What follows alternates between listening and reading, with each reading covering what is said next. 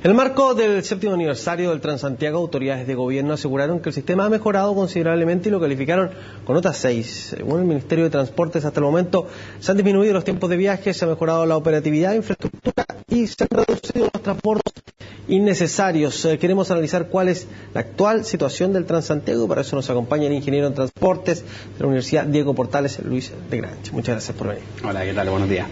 Escuchábamos nota 6 de parte del ministro de Transportes. La subsecretaria decía que es un sistema maduro, pero escuchamos algo muy distinto de parte de los usuarios. ¿Cuál es el real estado del Transantiago? ¿Su juicio está como para 6? Mira, en términos generales el sistema está bien estabilizado en lo que es la parte operacional, la calidad de servicio y lo que es muy importante, sobre todo en esta época, la parte financiera. Yo creo que la actual administración sí logró estabilizar, confirmar la parte operacional, la calidad de servicio, por decirlo de alguna forma, y además sumarle a eso un aspecto que era muy relevante, que era la estabilidad financiera, para que se garantice un subsidio a los usuarios del sistema sin castigarlos mucho por la tarifa. Respecto a la nota, a lo mejor se puede parecer mucho. Yo creo que 5 sobre 5 puede ser sin duda alguna. La gente en promedio le pone un 4,6, pero recordemos las micro amarillas, que eran el servicio público peor evaluado en Chile, que tenían una nota cercana a 3,3 con la misma metodología. Entonces, más allá de que si la nota la pone el gobierno, la ponen los usuarios, ambas siguen siendo muy superiores a lo que eran las micros amarillas, y eso yo creo que es destacable. Hemos sido olvidadizos quienes vivimos en Santiago respecto a lo que pasaba antes con las micros amarillas a la hora de evaluar el Transantiago, ¿a su juicio? Es un muy buen punto, yo creo que sí. En general los chilenos tenemos muy mala memoria, no solo en temas de transporte, en muchas otras áreas nos ocurre permanentemente. Las micro amarillas la verdad es que trataban espantosamente a los estudiantes, a los pasajeros, el nivel de congestión que generaban era tremendo, el nivel de contaminación, y ese sistema no iba a ninguna parte, o sea, iba a seguir creciendo la flota de forma desmedida porque los recorridos eran excesivamente largos, la malla era demasiado densa, y con el crecimiento en el parque automotriz que hemos observado en los últimos años, que es un 5,5% anual, ¿sí? Con ese crecimiento del parque automotriz, las micro amarillas hoy en día serían cerca de 12.000 o 13.000 probablemente, con una tarifa mucho mayor. Entonces, si tú comparas realmente con lo que era antes y cómo eso sería hoy en día, la verdad es que yo creo que Transantiago sí está relativamente bien. Ya está mejor que otras ciudades latinoamericanas, pero por debajo de las grandes ciudades de países europeos y desarrollados. Si nos comparamos, por ejemplo, con los países desarrollados que usted mencionaba, con Europa, donde funciona muy bien el sistema público, ¿cómo andamos en términos de lo que cuesta este sistema versus lo que cuesta un sistema europeo? Por pasajero transportado, en algunos casos es relativamente parecido. Recordemos que los sistemas de grandes ciudades, de 5 o 6 millones de habitantes, de países europeos, de países de potencias asiáticas, de Estados Unidos, esos sistemas que han logrado resolver el transporte público para millones de personas, lo hacen con una red de metro, de trenes urbanos que es bastante potente, por lo tanto ofrecen una calidad de servicio que es muy superior a la que puede tener un sistema de buses como el de Santiago, basado principalmente en buses. Hoy día la velocidad, con suerte, la velocidad de los buses promedia los 15 kilómetros por hora, y en algunos corredores podría llegar en promedio a 20 kilómetros por hora. Las líneas de metro en su mayoría superan los 35 kilómetros por hora, es decir, estamos hablando de un nivel de servicio, una velocidad bastante superior y sobre todo de una confiabilidad mucho mayor. ¿Y esta integración con el metro? Hay líneas nuevas, hay estaciones que se están construyendo, que van a debutar dentro de los próximos años. ¿Qué tan rápida o qué tan acelerada ha sido, a su juicio? Mira, el tema de avanzar más rápidamente en metro pasa principalmente por los recursos que tú asignes. Hay un presupuesto específico que se definió para la expansión de la red de metro, cercano a los 3.000 millones de dólares para las líneas 3 y 6 de metro, y hay un plan de inversiones asociado que dura aproximadamente 4 o 5 años. Las nuevas líneas 3 y 6 de metro deberían estar inaugurándose en 2017 probablemente, pero de todas formas el nuevo gobierno que asume ahora en marzo debería ya estar estudiando y anunciando prontamente las nuevas líneas 7 y 8 de metro. ¿Por qué? Porque pese a las nuevas líneas 3 y 6 que ya se están construyendo, Santiago tiene un déficit de 80 kilómetros de metro.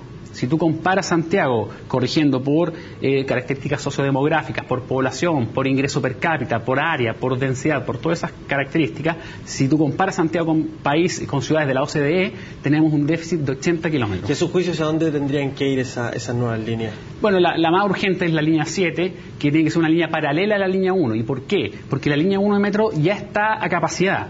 Y tú, por ejemplo, las líneas 2, la 5, la 4 de metro que ya existen, tú no las operas a capacidad, podrías aumentar un 30% mejorando la frecuencia y el espaciamiento para los pasajeros, pero no puedes hacerlo porque la línea 1 ya está llena, es el cuello de botella, y por eso es tan importante la línea 7, que es paralela a la línea 1. El diseño habría que verlo en detalle, pero esa es la urgencia de momento. Y volviendo a los buses del Transantiago, ¿qué es lo que queda pendiente? En estos 7 años se realizaron algunos avances, han hecho mención de eso las autoridades, pero ¿qué es lo que todavía está pendiente a su juicio y que es más urgente para mejorar el sistema? Mira, yo creo que una urgencia que no se ha logrado resolver, más allá de los cambios en los contratos que se ha hecho, es el tema de la evasión. Yo creo que hay un problema cultural que es bastante preocupante. Lamentablemente creo que los chilenos no nos hemos comportado a la altura que creemos que somos, en el sentido, lo ves en los saqueos del terremoto, lo ves en las evasiones en el TAC, la evasión en el Transantiago y en muchos otros aspectos. Yo creo que lamentablemente el chileno se acostumbró a que el pasaje del bus, por decirlo de alguna forma, sea parte del sueldo. La evasión en los buses llega al 20%, en algunos sectores específicos al 80%. ¿Pero se ha reducido, parece, en relación a antes o no había un...? Pero muy poco, en promedio, bajo las mismas escalas de medición, porque los operadores tienen unas mediciones y el gobierno tiene otras mediciones. Bajo las mismas escalas de medición del gobierno ha bajado de un 26 a un 20%, pero se estancó en 20%, que es muchísimo. Hay personas que señalan que... personas que ganan el sueldo mínimo y que les resulta prácticamente inviable poder costear un transporte a lo que está, digamos, hoy día el transporte en Santiago. ¿Hay experiencias internacionales de subsidio, alguna forma diferente en que se ha tratado de resolver este tema? Mira, la verdad es que el Transantiago actualmente cuesta lo mismo, incluso menos que lo que costaban las micro amarillas. Antiguamente, si tú querías usar micro y metro, tú tenías que pagar 2 tarifas, y eso en pesos actualizados sería más de 1.000. ¿Ya? Por otra parte, Transantiago sí recibe un subsidio que es importante, que es el 40% de la tarifa total, y eso es comparable con países desarrollados de Europa. Sí, no obstante, cierto, la calidad de servicio es distinta. O sea, Transantiago sí recibe un subsidio fuerte, el usuario solo paga un 60%, no el 100% de la tarifa, y yo creo que sigue siendo en términos monetarios para el pasajero igual o más barato que las micro amarillas. Sin embargo, el ingreso per cápita promedio de los chilenos, incluso de los sectores menos pudientes, ha subido significativamente en los últimos 7 años. Decía la subsecretaria que estábamos entrando a un sistema maduro. ¿A su juicio está realmente maduro este sistema o falta todavía mucho para que...? Mira, en términos de buses, es poco lo que se puede hacer. Yo lo vengo diciendo hace bastante tiempo. Los buses comparten una infraestructura que es muy escasa. En Santiago hay pocas calles. Si tú le tomas una foto a Santiago y ves qué porcentaje de la ciudad son calles, eso es un 8% nomás. En otras ciudades eso va entre 20 y 25%. Es decir, hay muy pocas calles, y si tú quieres empezar a construir infraestructura para los buses, dime a quién se la quitamos. Se la quitamos a los parques, se la quitamos a los hospitales, se la quitamos a las escuelas, se la quitamos a las viviendas. Es demasiado caro pretender mover a 6 millones de personas por la superficie. Por lo tanto, en temas de nivel operacional, de calidad de servicio, los buses, en mi opinión, solo les queda deteriorarse. ¿Por qué? Porque compiten por esta infraestructura con automóviles que van creciendo a un 5% todos los años, con camiones, con taxis colectivos. Y por eso la apuesta no tiene que ser por la superficie, en mi opinión, tiene que ser de manera subterránea, por ejemplo, expandiendo la red de metro y con proyectos de infraestructura como Américo Vespucio Oriente, en los que se privilegie el espacio, se mejore el parque en la superficie y los autos se entierran. Entonces estamos hablando de hartos años, ¿no?